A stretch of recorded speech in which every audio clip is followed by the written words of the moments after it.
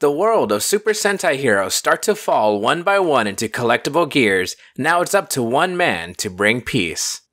This man wants to bungee jump off the tallest tower in Tokyo because he wants to be the first to do so. Then out of nowhere, the human world receives visitors from a whole other world. 1 month later, humans are getting used to living with these Kikanoids. We're properly introduced to Kaito Koshikida, a man who puts his full power into what he does in order to be the first person to ever do something that hasn't been done before. He lives with his grandma Yatsude Koshikida at Cafe Colorful. Now for our villains. The Toji Tendo, led by a wall named Bokowas, his pet Gege, their troop commander Barashita, and scientist Ijirude.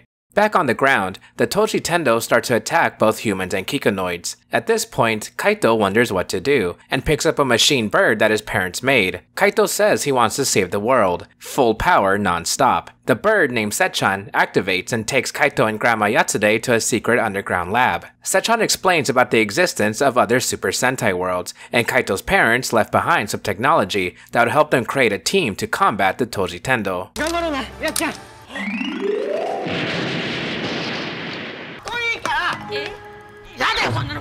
A red Kikanoid rescues a boy from the Toji Tendo foot soldiers called the Kudaks. I'm never gonna bring them up, but that's what they're called. Kaito notices this heroism and asks him to join the team. The first recruit for the Zenkaigers is Juran, whose design is based off the 16 Super Sentai Zyuranger. With that, Kaito and Juran transform using Super Sentai gears.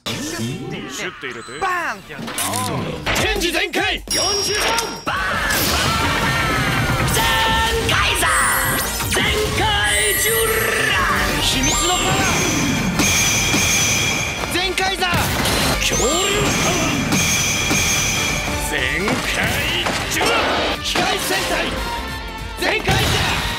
Sechan tells the two to use Sentai gears to unlock new powers. The Toji Tendo summon a mech, so Juran flips over his gear to become a giant mech himself. Juran pulls out Godzilla to defeat the mech, and Kaito finishes off the mooks. After the battle, Grandma Yatsude says she's going to prepare some food to celebrate a first for Kaito, but then she sees mushrooms growing out of people's heads, leading to our next episode. Well, I would go into this more in depth, but this isn't one of those videos where I go episode by episode, because Zenkaiger is mostly episodic and its overarching story is basically in spurts. So as a general overview, we go into episode 2, where our main Toji Tendo monsters are called worlds, so this monster is Mushroom World. More importantly, we're introduced to Gaon. He's based on the 25th Sentai Gao Ranger. Gaon really loves the human world, maybe a little too much. He prefers cute things, and to him, Kikanoids aren't cute, even if he himself is a Kikanoid. That's basically enough reason for him to join the Zenkaigers, because he wants to defend the cute humans and not Kikanoids.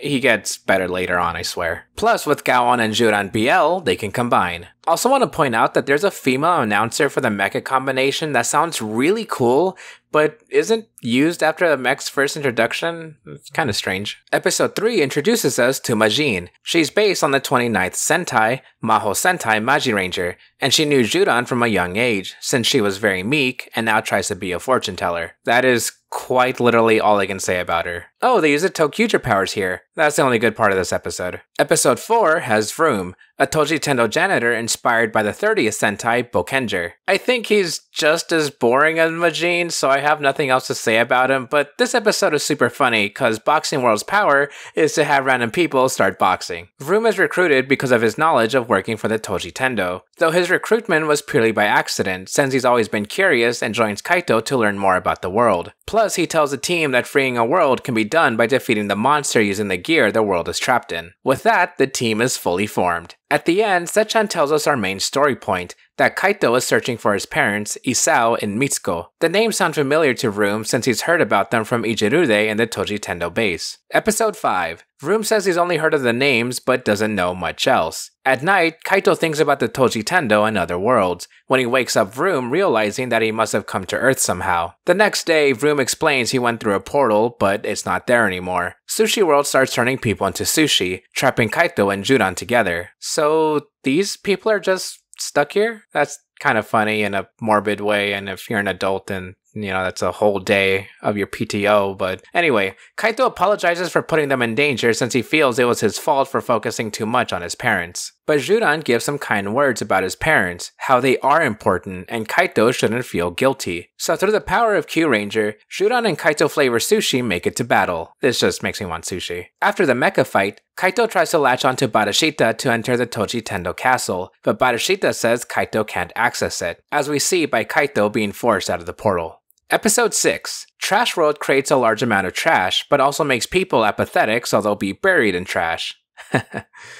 Same. While cleaning, a young man in purple says the world is already trash. Yes, he's the only reason why I'm mentioning this episode, cause you know he's gotta be important somehow. Episode 7. Kaito's eating takoyaki when he sees the man from the trash episode, and he seems very standoffish, compared to Kaito's want to be the first of something at full power. So the man, named Stacy, gets fed up and decides to fight Kaito by using a dark version of their transformation device, created by Ijirude. Stacy's summoning of Sentai teams overpowers the Zenkaigers. When back at base, Juran scolds Gowon for protecting Stacy, simply because he's human. Although, Kaito thanks Gowon for protecting humans like him, which causes Gowon to think more clearly about what he's fighting for. Stacy arrives with his Sentai clones, but he also has one more surprise, as he can transform into Stay Caesar. Showing off his power even more, Stacy summons multiple Sentai mechs, with their boxes intact, and that's just good value. Episode 8. Although, this is too much power so the mechas disappear. A quick aside, it's really neat how the mechas use their finishers side by side since the footage was in 4x3 back then. But another surprise is when Barashita arrives and calls Stacy his son. During their battle, Door World blasts away the Zenkaigers,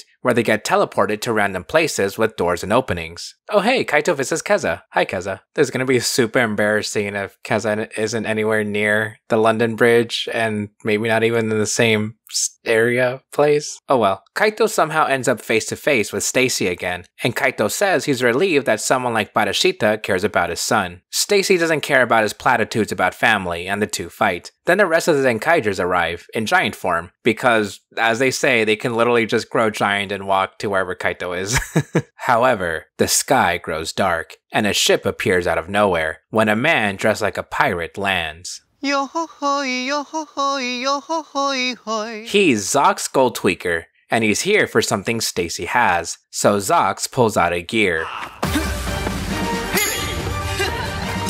Zox destroys some of Stacy's gears, ending the encounter.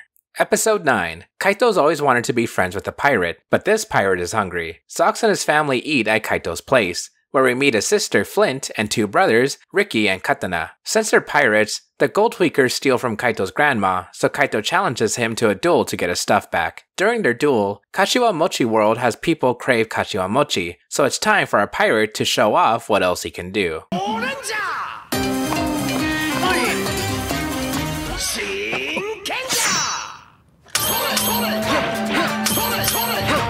And yes, of course, Zox gives back the stuff just because he feels like it.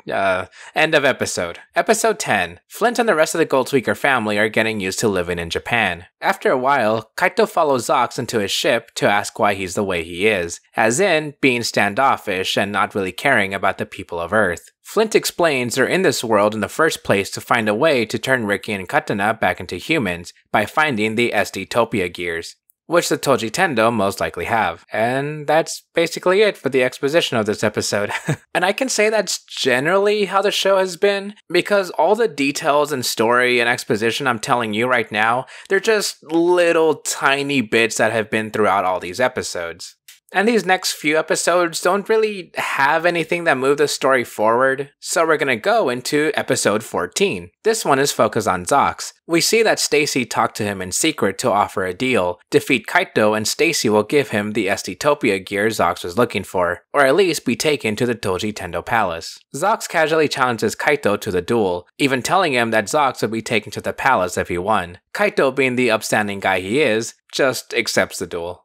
That is kind of funny. The duel happens and Kaito seemingly loses, so Stacy appears and laughs evilly. Zox and Kaito knew it would be a trap, so they had their own plan to catch Stacy off guard, fighting him off as we see Kaito and Zox grow closer. Even though before I said I would talk about episodes that would move the story forward, I'm also bringing up episodes like this where it's more character focused. We see the characters grow and learn more about each other. Like this one didn't really move the story forward too much. Like we know that Zox doesn't trust the Toji Tendo in the first place, which you probably could have already guessed. But the episode was still good on its own. I really like seeing Zox in general, especially his standoffish demeanor and how he tries to fight against Kaito at every corner. It's just so fun, and that's why I bring up these episodes, to tell you more about the character, because I really want you to watch the episodes and enjoy the characters too. We also get into these other episodes that I know a ton of viewers would want me to bring up in the first place, such as episode 15, which focuses on Retro World turning the city into a retro Japan. Yeah, there's a great episode. I think I mostly like how civilians are just enjoying their time and older people are feeling nostalgic. It's very sentimental. Plus, Yatsude tries to cheer up a boy by showing him how fun the retro world can be, when Stacy sees Yatsude and has visions of a certain someone, his mother. We'll definitely see more on that later. Retro World's real power is to make people feel overly nostalgic about the old times, which is just super funny and creative. I love this episode, especially when the Kikonoids are like, wait a minute, the old times sucked, so they snap out of the trance. Oh my gosh, that's so funny. Also super interesting that neither Zox or Kaito were part of the main fight. So I'm glad to see the show taking risks like that. Again, really great episode. I love this one. Was that an Ultraman reference? Here's an interesting one. Episode 16 has the Zenkaigers fight Magnet World, but since they're magnetized, it's a bit of a tough fight. So the Zenkaigers go back to Cafe Colorful, where they see a surprise guest. Stacy is having a nice time talking with Yasude. Kaito and Stacy try not to upset her, and say they do know each other, but don't go further than that. Kaito tries to talk to Stacy alone to ask for his help, but of course, he has no intention to help and questions why Kaito would even ask in the first place. Kaito says that no matter the person, whether friend or foe, he'll ask when needed. Oh, what an upstanding guy. Plus, Zox chimes in and saying that Kaito is Yasude's grandson. With a bit of Stacy's push, Magnet World is defeated. However, after the battle, Yasude questions if something happened between Kaito and Stacy, who she knows by a different name, Satoshi. Kaito only says that they got into a fight before, and he's hoping they'll patch things out. Episode 17 is a Majin focused one, but she's kinda just there even in her own focus episode. Just wanted to bring that up for no reason. Yep. No reason at all. Alright, episode 18. Which one is this one again? Romance World has people fall in love. Gaon and Juran shippers unite, I guess. Majin and Flint have a cute roll call. Maybe I could skip this for the recap. Hey, wait, is this the episode I'm thinking of?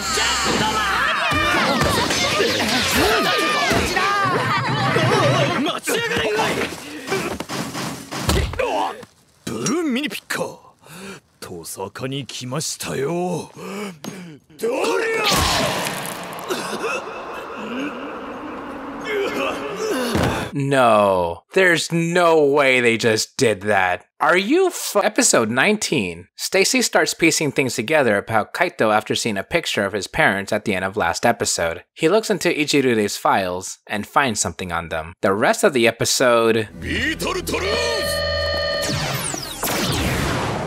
is that. Anyway, back to Stacy. Back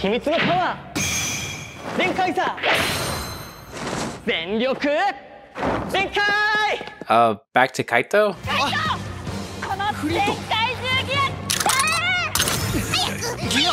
He gets a power-up out of nowhere. Neat. I don't mind, I think. Episode 20. It's a crossover with Peak Fiction. Zox also gets a power-up this episode. That's all I can say about this. If you really want to know more, you can watch Legacy of Kamen Rider Saber coming out in the year 2028. Episode 22.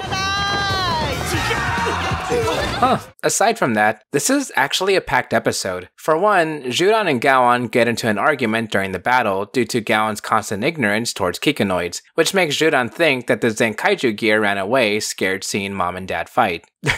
I don't know why I described it like that.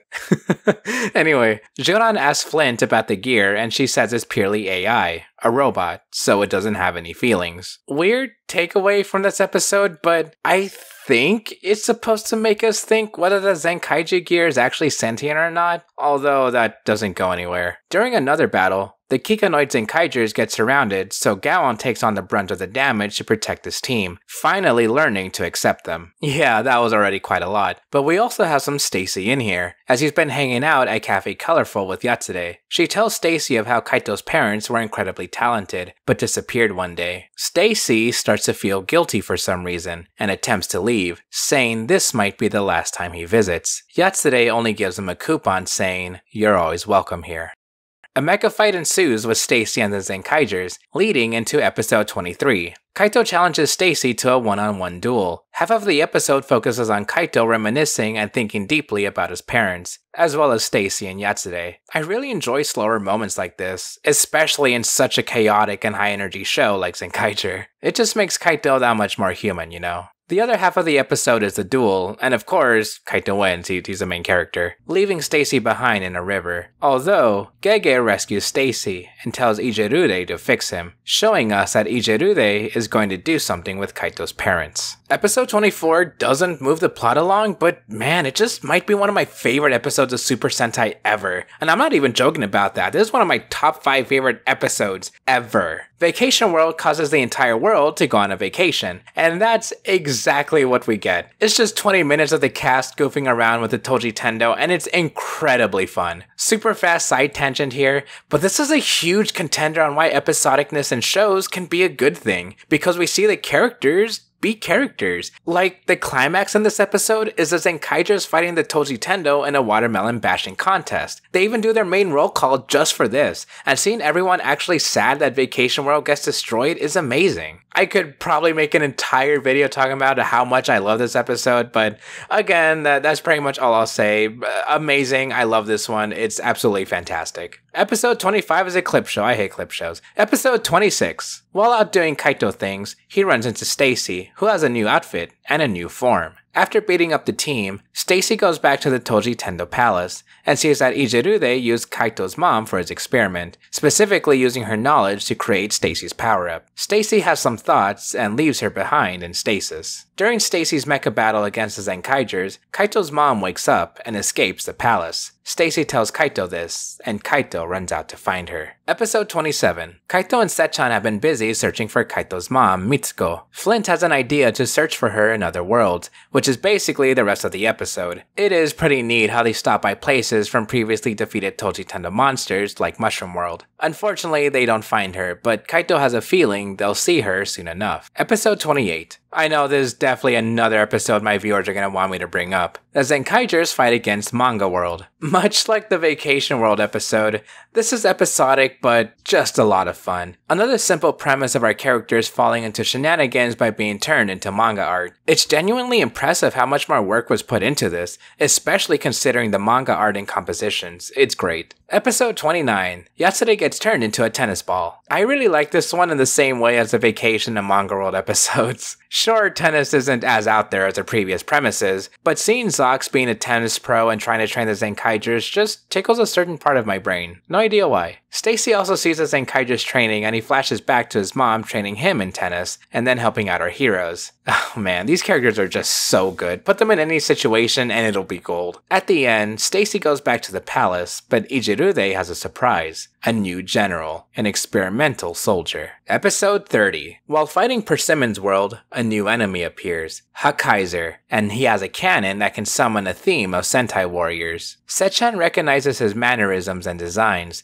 so he checks the database, revealing that Zenkaiger was Zenkaiger's prototype, along with a full-power Sentai cannon. As an aside for this episode, Persimmon's world actually turns out to be dried Persimmon's world, and that is just incredible. Like, I can't believe they like just did that. That's so creative. I love that. During the fight, Kaito pushes through, despite his need for water, and is able to take the Sentai cannon, which you can buy right now. Episode 32. This is a body swap episode, and I'm normally not into these, especially when the actors voice over each other like they do here. It kind of annoys me when the characters even acknowledge that they sound different, although I did like this one quite a bit. We focus purely on Stacy and Kaito being body swapped, and we see more of their feelings, learning more about them as people. Kaito also does the smart thing and immediately infiltrates the Toji Tendo base as soon as he finds out he switched bodies. Then towards the end, Stacy is having trouble coming to terms with himself, wanting to possibly stay in Kaito's body just to feel the warmth of happiness and family. I also like the part where Ricky and Katana switch bodies, but Juran is like,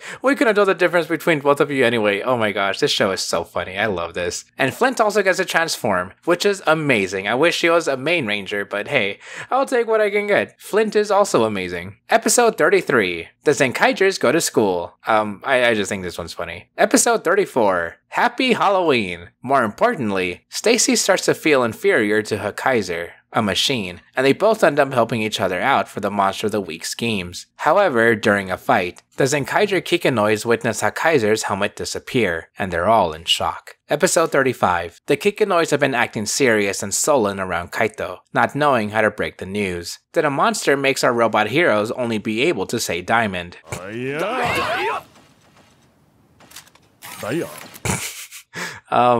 Alright then.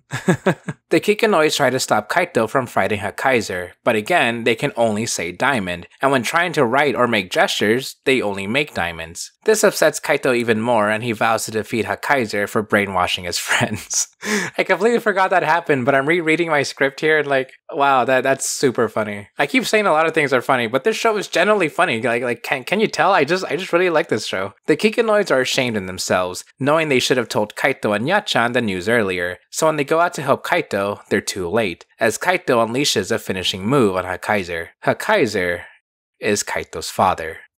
I'm only mentioning the end of episode 39 here, where after another battle against Stacy, Ichirude introduces a new mecha, one that looks a little familiar. Going into episode 40, the mech turns out to be an upgraded Zenkaiger, now using the power of Bokowas, allowing Zenkaiger to transform into a cool looking dragon thing. On top of that, Zenkaiger is even more brainwashed and only wants to fight, even ignoring his friend Stacy. Kaito figures this is their last chance to get his dad back, so if it gets to the worst decision, he wants to take Zenkaiger to another dimension with Zox's help. Luckily, Stacy gives Flint a surprise, a data disk containing Zenkaiger's weak point that they can hit for massive damage. During their fight against Zenkaiger, Zox sets him free from inside the mech, so the Kikinoids try to get through to Zenkaiger using memories and photos, finally getting to today, the day where Kaito gets his father, Isao, back. Zenkaiger's power runs out, and Isao returns, reunited once again with his son. Episode 41 shows us that Isao is a curious man, taking more time to learn about the Kikinoids and to be with Kaito and Yatsure, but they're used to it, and actually don't mind since it would be weirder if Isao wasn't this curious. The episode is really fun since the Monster of the Week pits the city against each other in a udon versus sabo noodles debate, but that's basically it for the plot. At the end, Isao goes on a dimension-hopping trip to look for his wife, but before he leaves, he hands Kaito a special red Sentai gear.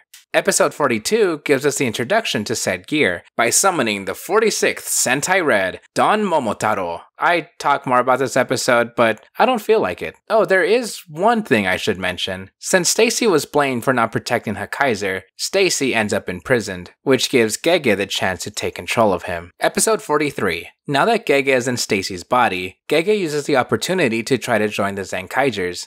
But at the end, Kaito knows that Stacy has been acting odd. For one, Stacy would normally be standoffish, especially towards Barashita, but now he's more than happy to set differences aside to stop the Toji Tendo. Also, quick aside, I really like this episode because the Monster of the Week has the Zenkaigers fight in a headwind, so to get around it, the Zenkaigers fight backwards, and that's, of course, as always, really creative. Plus, Stacy has this really neat slide kick when fighting Barashita. Episode 44. Bokowas becomes apathetic after so many failures from his generals, so Gege asks for a favor. Flint and Zox get attacked by the monster they've been looking for this whole time, SD-topia. People get turned into SD figures, but they're not detailed like Ricky or Katana, oddly enough. Of course, this episode obviously focuses on the Gold Tweaker family, learning a tiny bit more about them before the endgame, like how Zox feels he needs to do everything himself, being the leader of the family and all that.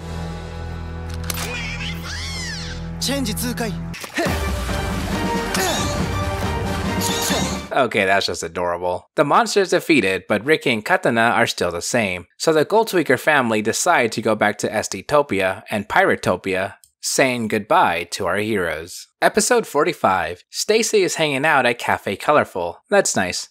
Other than showing Stacy's nicer side, this one doesn't seem too important. Strangely, right before our endgame. I don't really like this episode either, it's just okay. And I think it's lollygagging before we get anywhere important. There's also this gag that I know a lot of people would want me to bring up, but I don't really see it as that big of a deal. Alright, let's just get to the next episode. 神様なんだよね. What? Episode 46. Stacy says he's God. And the Zenkaigers are right. It is a little sudden. God Stacy says he's only borrowing this body and actually wants to help the team take down Bokawas. The Zenkaigers naturally don't believe him, but after giving some correct information that only God would know, the team maybe kind of believe him slightly now, but still tell God to stop using Stacy's body. Kaito and Stacy have a heart-to-heart, Kaito thanking Stacy for help with his dad and all that, saying that Stacy isn't a bad guy after all. Episode 47.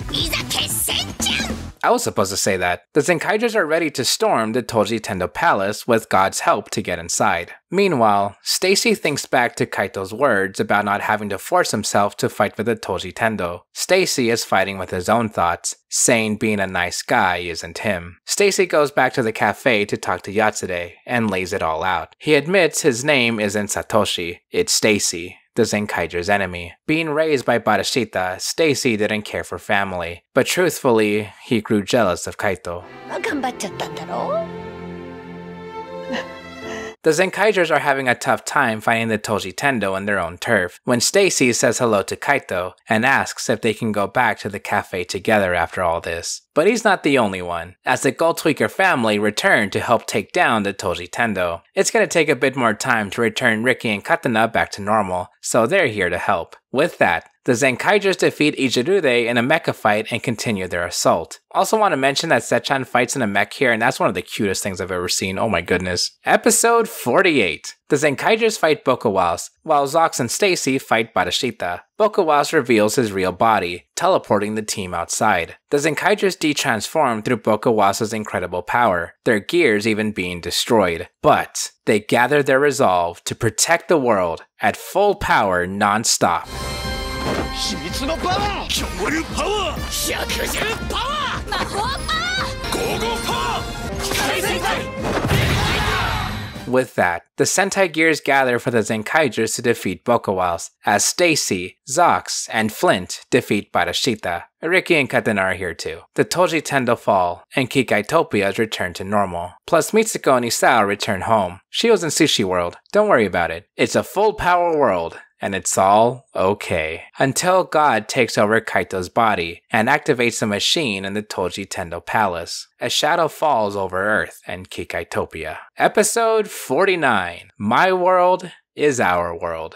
Kaito's having dinner with his family. Then the next day, he tries to be the first person to jump off the Tokyo Skytree. He suddenly realizes that something's missing. Multiple things are missing actually. God pulls Kaito into a void, saying that he sealed the worlds away except for our own. Congratulations! But this isn't what Kaito wanted. Kaito fights God. After a long battle, Kaito says they should resolve this by playing rock, paper, scissors.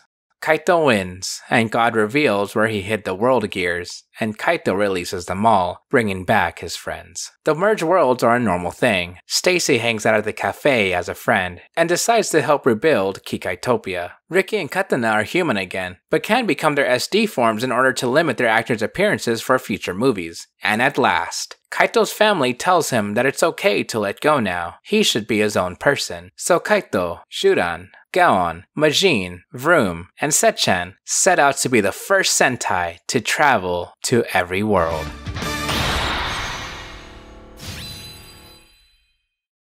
Before we go on to the review portion, I just want to point out that my wife made this gorgeous thumbnail for the Zenkaiger video. And she actually made a speed paint video talking about her thoughts while making it, talking about her experience watching Zenkaiger. So if you're interested in that, I'll have it linked in the description below.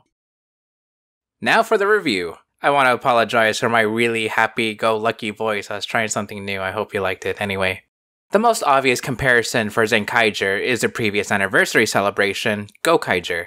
On one hand, it doesn't seem fair when they're two different shows handling the anniversary aspect in their own way. Then on the other hand, they're both under the Super Sentai name, so there should be at least some attention on shared elements, especially for shows both celebrating the past. As my personal aside, I'd rather look at a show on its own merits without ignoring what came before. It's like a little of both, but I lean more towards the show being standalone. With that said, man, Zenkaiger was so much fun. End of sentence. Yes, it's not Gokaiger. It's not trying to be Gokaiger. Zenkaiger tells its own story that happens to include past Sentai worlds, and I'd rather have that than it try to be Gokaiger Season 2. The first point I'm starting with is how Zenkaiger is mostly episodic, but I wouldn't say that too definitively. Like I mentioned before, the story bits I brought up are only minor parts of whole episodes, and are actually more of the B-plot or are only talked about in single sections. That's why it's difficult to pinpoint if an entire episode is episodic or not,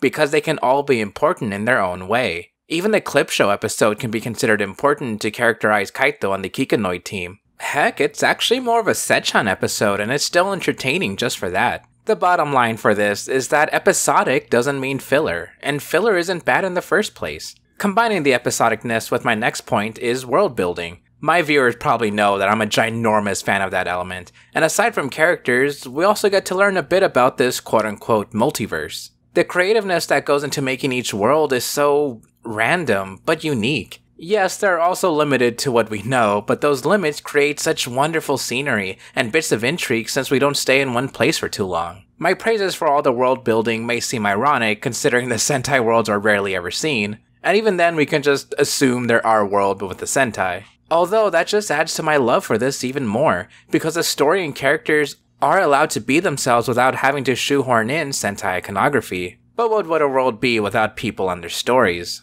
Fortunately, I think the cast collectively does very well. Note I said collectively.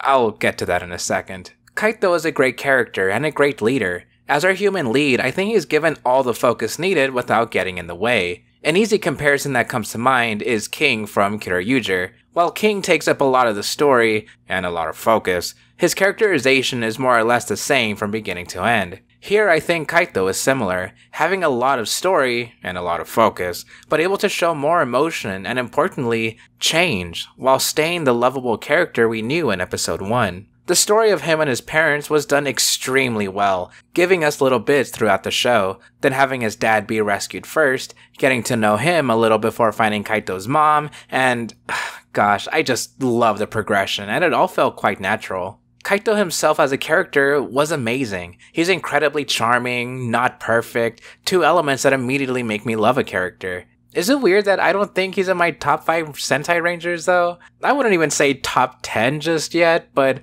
who knows, he might be there after some more thought. Which are similar things I can say about Zox, the arrogant pirate who has a lot of love for his family. I do like him a lot, though I also wouldn't put him in my top favorites. Plus his Gokaiger-inspired suit is just so good. Maybe I will say he's one of my favorite 6 Rangers later down the line, but just like before, I'll have to give it more thought. Circling back to when I said I like the cast collectively, this is where I start to see characters either blend together a bit too much or not at all. Right below Kaito and Zox, I really like Judan and Flint, since they get way more focus than other characters. In a good way though. Gallon gets some focus too, but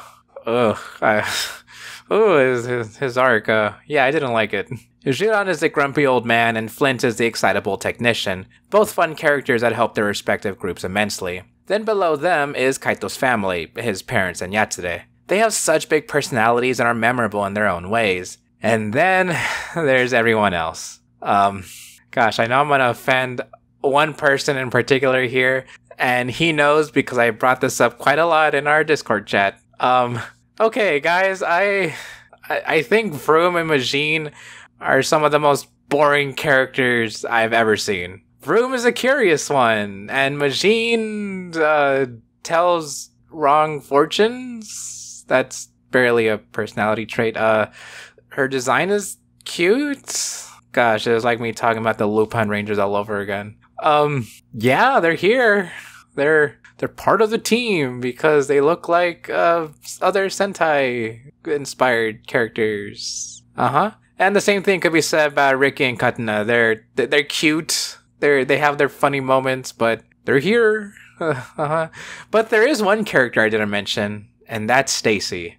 Man, what a fantastic character. I'd say he's my absolute favorite this season. He comes and goes a lot. In fact, his actual appearances aren't actually too often, but his presence is just that good. There's a reason why Toei wanted another rival-type villain for Dawn Brothers, because Stacy was very popular. Let's see, a menacing presence, an exact foil to our main character, a cool suit, a cool mech, a heartfelt story between him and Yatsure, from villain to hero. Yeah, Stacy is fantastic. It's a good thing he is, because the main villains are just your run-of-the-mill villains. It's Sentai. Villains being baseline isn't a positive or negative to me. Bokawas looks great, Gege is conniving, Ijirude has a cool design, and Barashita has some great fight scenes. That's really all I need. They're cool in their own way, they're serviceable. I also just realized this is my 4th Story of Sentai video and I haven't brought up the suits. I guess if we want a really quick rundown. King Oger, they're okay. Spider Kumano's suit, fantastic. Dawn Brothers, they're cool. Dawn Dragoku, it's okay. Lupin Rangers, they're cool. Pat Rangers, they're cool. Alright, we're caught up now.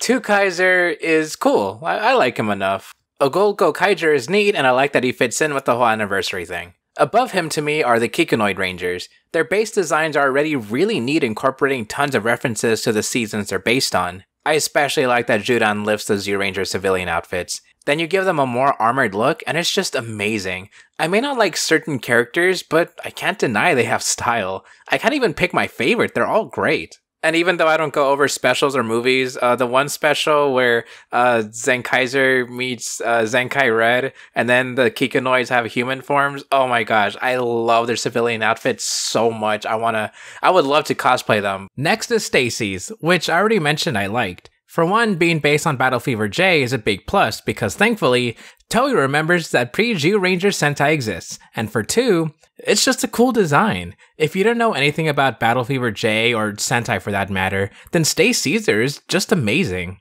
Now on top of all of the suits in this show, is my absolute favorite Sentai Ranger suit of all time. Yeah, ever. This is my favorite Sentai suit ever. If you follow me on Twitter, then you probably see Zenkaiger is consistently on my favorite Toka suits of all time. The colors, the helmet, the cape, what a masterpiece of a suit. I love Zenkaiger.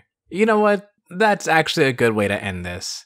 I love Zenkaiger. It's fun. It has heart. It's special to me. I love Zenkaiger. With all that being said, join me, my companions, and don't boo, as we form a bond with Avadaro Sentai Dawn Brothers. なんちゃんって